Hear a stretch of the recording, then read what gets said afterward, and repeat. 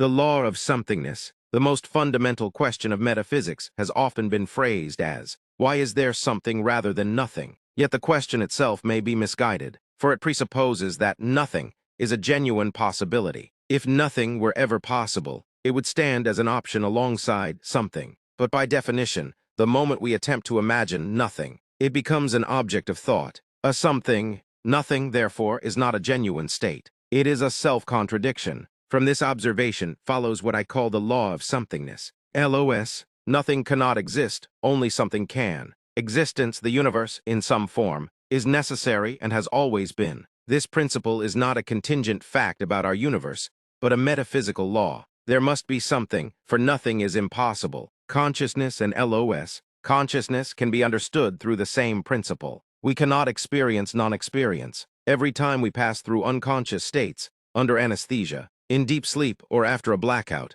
our perspective skips over them. Experience never transitions into an awareness of nothing. It only resumes with the next moment of awareness. From the first-person point of view, there is always experience of some kind. This same logic applies on the cosmic scale. There may have been a period in the universe's history where no consciousness existed at all. Yet all such spans of time are simply skipped over, never experienced, just as I never experienced the hours I am completely unconscious. At some point, however, consciousness was forced into being by the same metaphysical law that compelled all existence to exist, just as a vessel cannot help but create a usable space within it by its very structure. Consciousness is compelled into existence in the same way that the hollow space of a jar is compelled into existence once the jar is made. The resolution of the nothing problem. The LOS reframes both cosmology and the philosophy of mind. The universe exists because something must. Consciousness exists because experience must. Even if it arrived late in the unfolding of the cosmos,